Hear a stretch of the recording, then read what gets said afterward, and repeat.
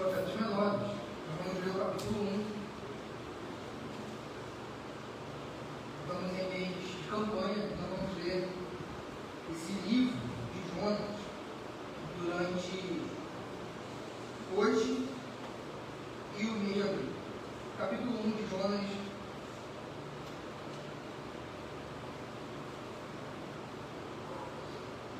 Faz essa leitura de todo o capítulo.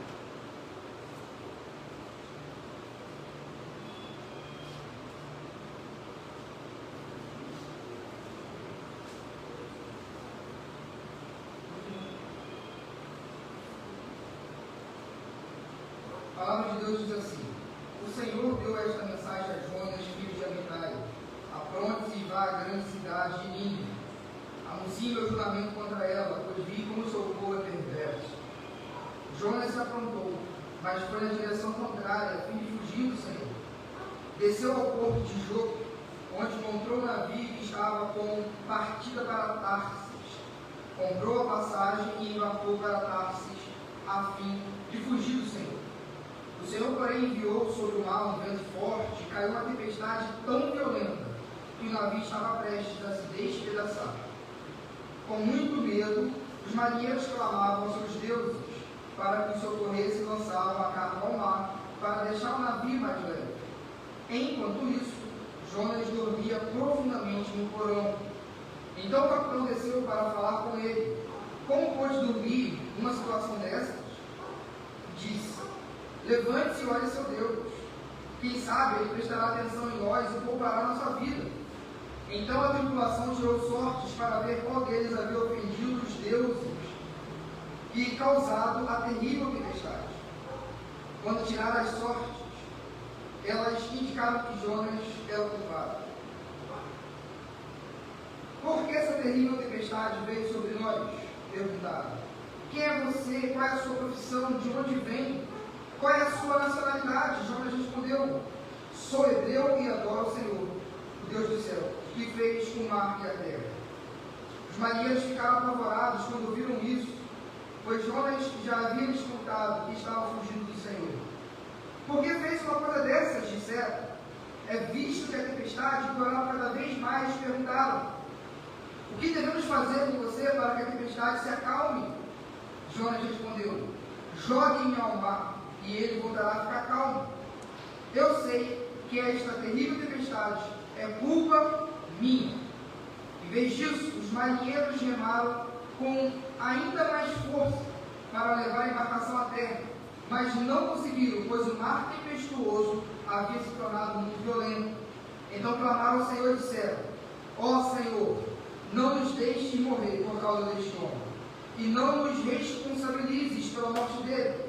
Ó Senhor, tu sabes o motivo por que enviaste essa tempestade sobre ele. Depois, os marinheiros pegaram Jonas e o lançaram ao mar, e no mesmo instante a furiosa tempestade se aquietou.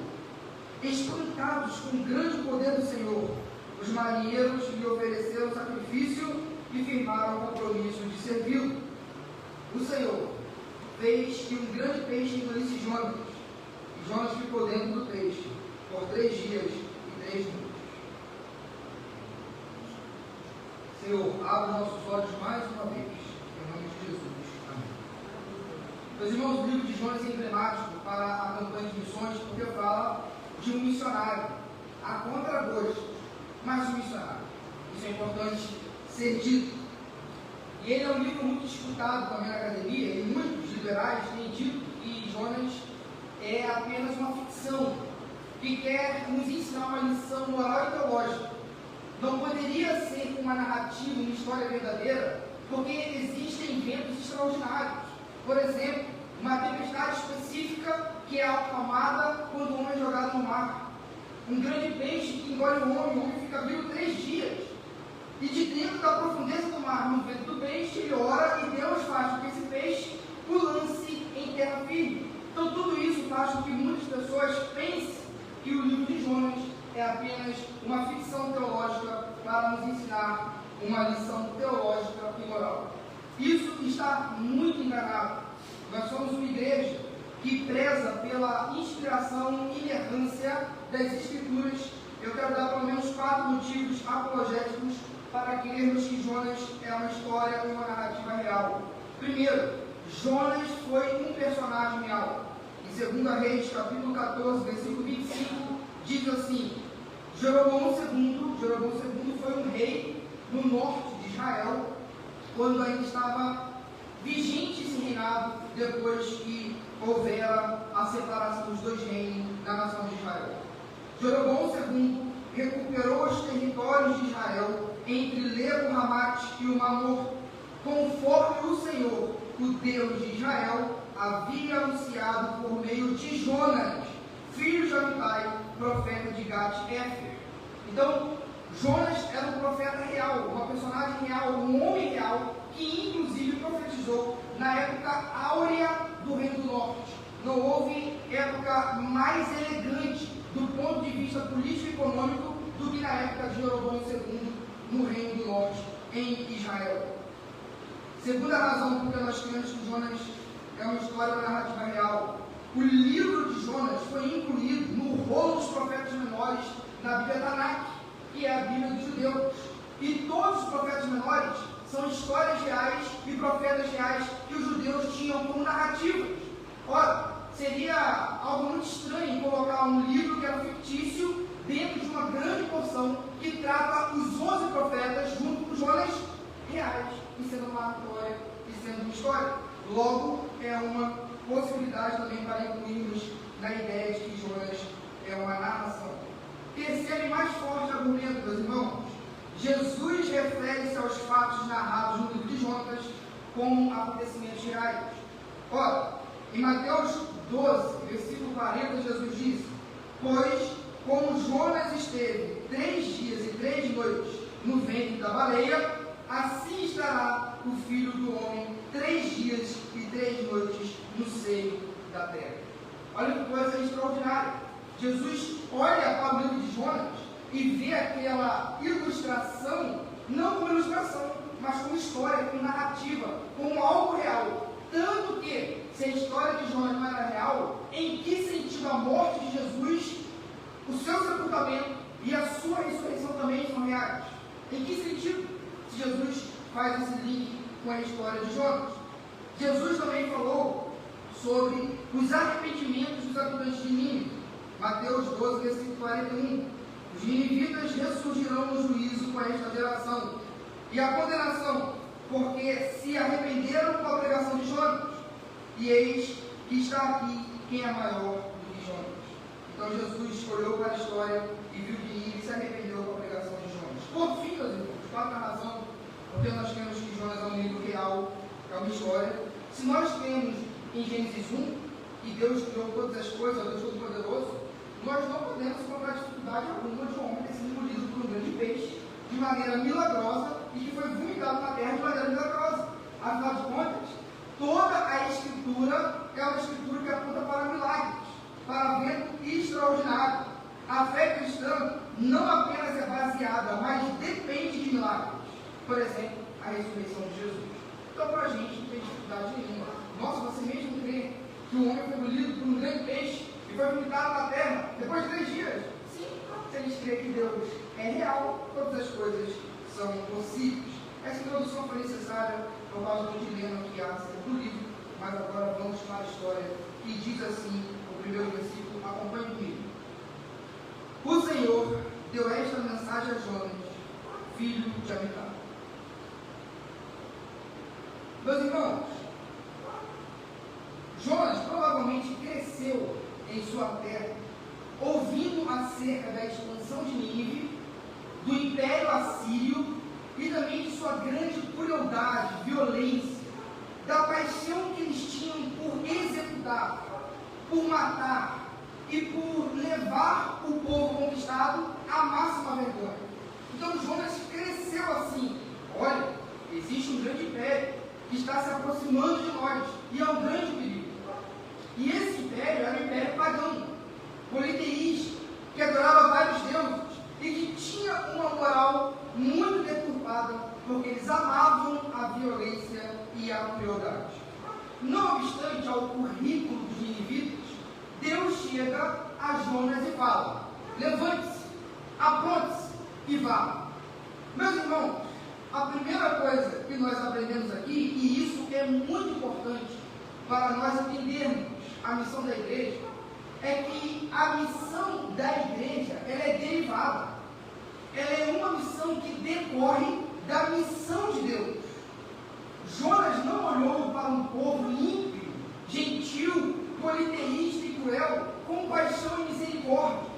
Pelo contrário, a gente vai ver que Jonas fugiu e motivados humanamente por boas razões. Mas observe que, a despeito do que Jonas achava, o Senhor chega em Jonas com uma mensagem, filho de Amitai. Queridos, a missão começa em Deus e é sustentada por Deus. Na missiologia, a gente chama isso de missio Dei. O nosso Deus é um Deus que está em missão. Existe uma grande estrutura para nós lermos a Bíblia, que é o seguinte: criação, queda e redenção. E o quarto pilar é glorificação, que nós experimentaremos quando Jesus Cristo voltar. Mas esses três pilares, criação, queda e redenção, é uma grande estrutura para a gente entender toda a narrativa das Escrituras.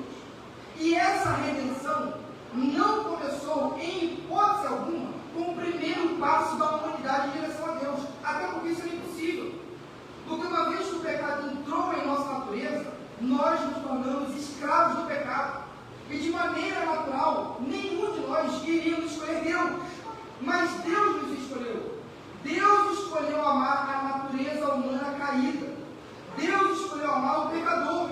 É por isso que Deus olhou para Nínive, a despeito de toda a crueldade, toda a maldade, toda a pecaminosidade, falou: Jonas, levante-se.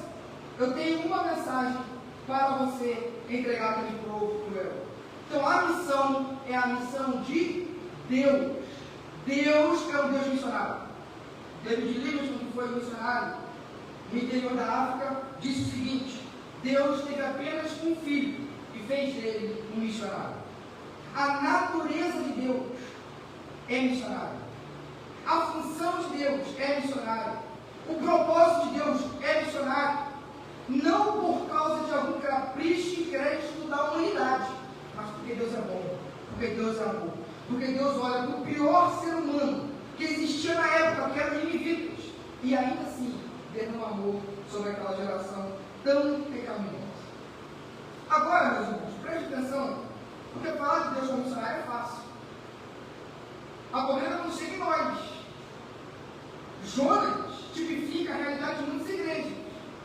Porque Jonas, enquanto profeta, é a igreja hoje, que no seu papel profético deve ir e pregar aos povos que inclusive os odeiam. Vamos olhar um pouquinho para o que acontece com Jonas na sua relação com Deus e o que acontece com Jonas na sua relação com os inimigos. O Senhor deu esta mensagem a Jonas, filho de Amitai. Versículo 2: apronte-se, levante-se e vá à grande cidade de Nínive. Queridos, duas coisas nós podemos perceber e aprender aqui.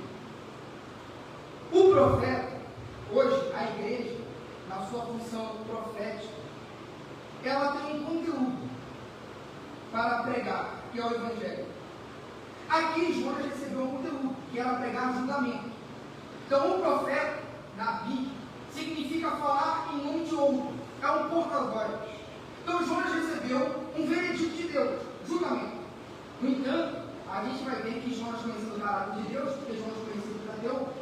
Lá no capítulo 4, Jonas fala assim: é por isso que eu não queria pregar, porque eu sabia que o Senhor é misericordioso, o Senhor é compassivo, e essa mensagem de julgamento é uma mensagem que, no final das contas, poderia redundar em graça, em misericórdia e compaixão. Então, Jonas recebeu um conteúdo, uma mensagem, um julgamento. Queridos, nós, como igreja, já temos uma mensagem a pregar. A gente não precisa inventar nada. E a nossa mensagem é o Evangelho. E por mais que o Evangelho seja uma boa notícia, às vezes a boa notícia só vai ser boa notícia quando a má notícia é dada antes. Porque se eu chego para mim e falo: vocês precisam de Salvador. Se eu chego para o pastor Mário e falo: você precisa de Salvador. Se eu chego para o irmão Carlos e falo: irmão Carlos, você precisa de Salvador. Mas não explico que antes do Salvador há uma condição de necessidade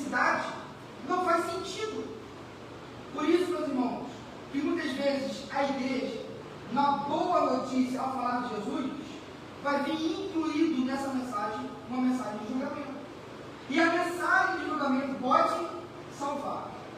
Porque uma vez que uma mensagem dada por Deus, ela é eficaz, ela é poderosa, ela tem a dinamicidade do Espírito Santo e atua por si mesmo, inclusive numa mensagem de julgamento. Pois bem, mas uma outra coisa que Jonas recebeu e que a igreja recebe são os destinatários. Jonas recebeu o que pregar, o conteúdo de sua mensagem, mas também a quem? O destinatário de sua mensagem. E aqui entra um problema, porque Jonas poderia pregar que Deus é amor, é compassivo, é misericordioso para muita gente, menos para os ninivitas, que são agora os piores inimigos de Israel. Que inclusive, nós sabemos que em 722 Samaria cai, a capital do reino do norte cai, e é massacrada por quem? Pelos assírios. Por esse império que Deus manda Jonas ir lá para ele. E meus irmãos, da mesma forma que nós não podemos ser seletivos com o conteúdo do Evangelho, nós não podemos ser seletivos com quem pregar o Evangelho. E aqui independe se você ama ou não a pessoa com quem você vai pregar. Porque se nós cremos que o sangue de Cristo Jesus foi vertido na cruz por todos e cada um dos homens, por mais que eu tenha um desafeto enorme com tal pessoa, a minha missão tem que ser maior do que o meu desafeto, do que o meu desinteresse, do que o meu ódio, do que minha raiva por aquela pessoa. Porque o sangue de Jesus e a nossa missão, que é oriunda desse sangue, vale muito mais do que os meus sentimentos, por mais justificáveis que sejam. A mensagem da salvação, a mensagem de Deus não pode ser sonegada, porque a gente não gosta de ouvir. Queridos, Jonas queria que Nínive morresse, naufragasse, fosse destruído, e ele jamais cogitou olhar para o Nínive e falar: eu tenho esperança que você também seja um dos meus inimigos. Isso nos confronta demais. Tanto a quem pode juntar os dois numa mesma situação.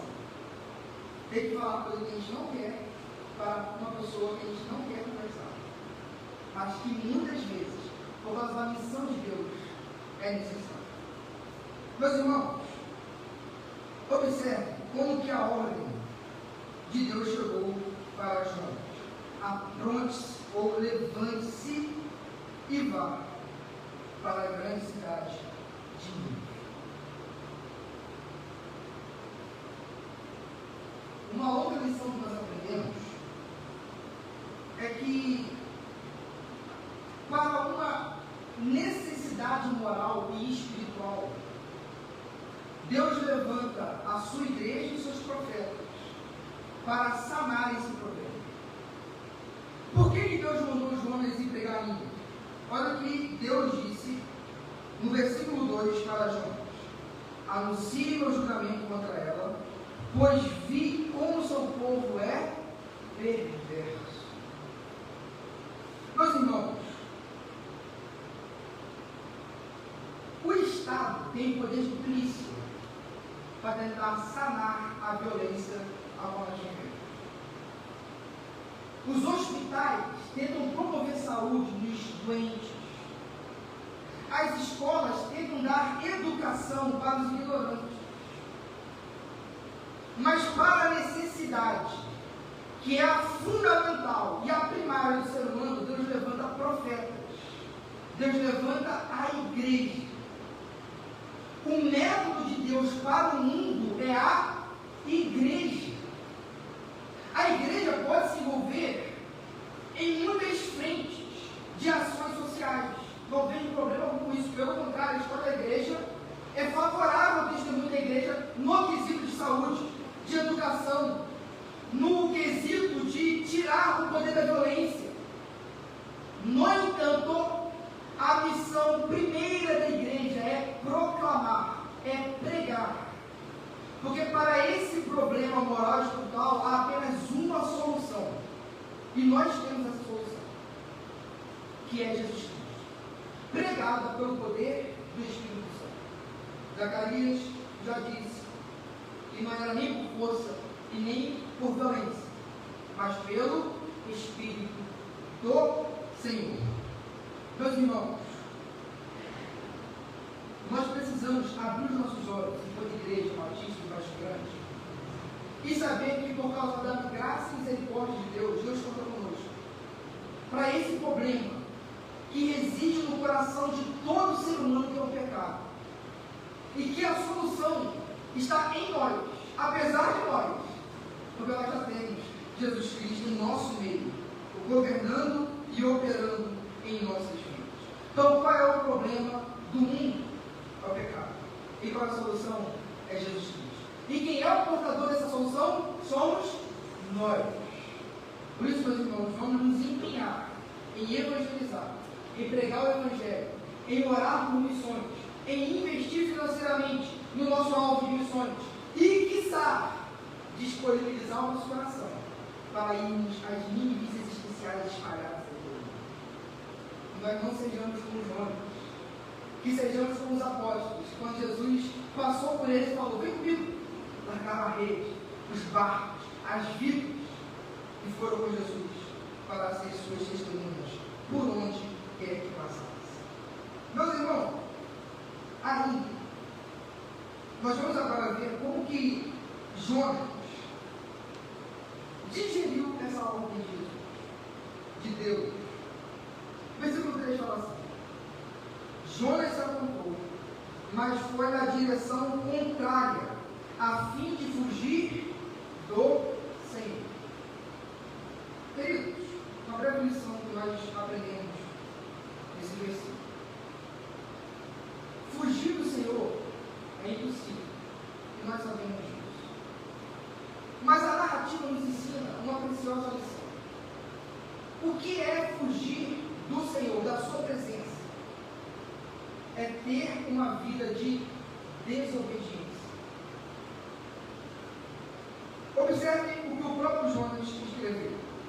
Versículo 3. Jonas se aprontou, mas foi na direção contrária, a fim de fugir do Senhor. Desceu ao porto de Jope, onde comprou o navio que estava de partida para Tarsis. Comprou a passagem e embarcou para Tarsis, a fim de fugir do Senhor. O que é fugir da presença do Senhor? É termos um coração iluminado com a sua vontade, ou seja, sabermos que é o interesse de Deus que nós venhamos a trabalhar em prol da salvação dos perdidos e ainda assim não submetermos o nosso coração a isso. Meus irmãos, fugir da presença do Senhor não necessariamente implica um movimento, mas pode ser um estado do coração. Deixa eu dar um exemplo com Jonas. E se Jonas não decidisse ir a Jope e pegar o navio e permanecesse na Galileia, no norte, em Israel, ele estaria obedecendo a Deus ou não? É lógico que não, porque ele tinha uma ordem explícita de levantar e ir a Nínive. E o que é fugir do Senhor? É desobedecer uma ordem clara e explícita que nós temos no nosso meio. Meus irmãos, você sabe o que eu vou falar agora.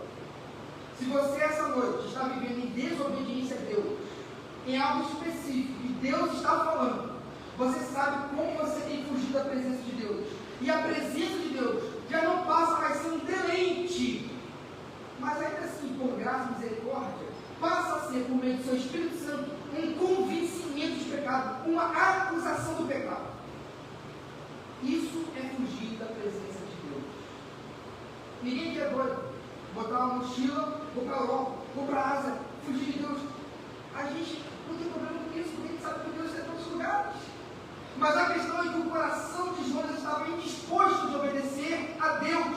E qualquer passo que ele desse, mesmo se não fosse para Tarsis, mas qualquer passo que ele desse, até mesmo para Nínive, se não fosse para anunciar o Deus tinha dado a ele estaria fugindo da presença de Deus, porque um coração rebelde é um coração que foge da presença de Queridos, nós, enquanto igreja de Jesus Cristo, temos empenhado o que eu sou e o que eu posso nessa causa.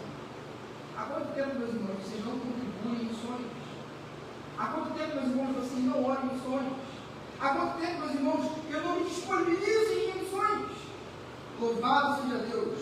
Eu agradeço muito a Deus por isso. Por esse entendimento e por essa garra que nós temos de somar força. Enquanto igreja, enquanto coletividade, como corpo, pela obra missionária. Mas se em algum aspecto você tem tropeçado para avançar a obra de Deus, se arrependa hoje. Pare de fugir da presença de Deus e assuma o seu papel. Meus irmãos, quero finalizar uma breve aplicação muito pertinente para a nossa campanha de missões. Observe o que foi dito no final do versículo 3. Desceu ao porto de Jope, onde comprou um navio que estava de partida para Tarsis. Olha agora o verbo. Comprou a passagem e embarcou para Tarsis, a fim de fugir do Senhor. Queridos, há algumas possibilidades de onde era Tarsis. Algumas possibilidades. No entanto, é plausível que Tarsis ficasse na Espanha. De Jope para Tarsis seriam mais de 3.000 quilômetros. E levaria dias essa viagem de Jonas. E para mim era 800 quilômetros. Então observe que não faltava em Jonas disposição, saúde e dinheiro. Porque ele comprou a passagem para ir para longe. Ele investiu a sua saúde, a sua disposição, o seu vigor físico para sair do norte e ir até Jope e pegar o navio para ir para Tarsis. E meus irmãos, sendo muito sincero, não estou falando da nossa igreja local agora, a igreja evangélica brasileira não falta saúde, disposição e dinheiro, mas a maioria deles a disposição, a saúde e o dinheiro para subsidiar os seus interesses próprios como Jonas fez. Estão comprando passagens para vários lugares, nunca para promover o reino de Deus. Eu teria vergonha de fazer parte de uma igreja, no meu coração.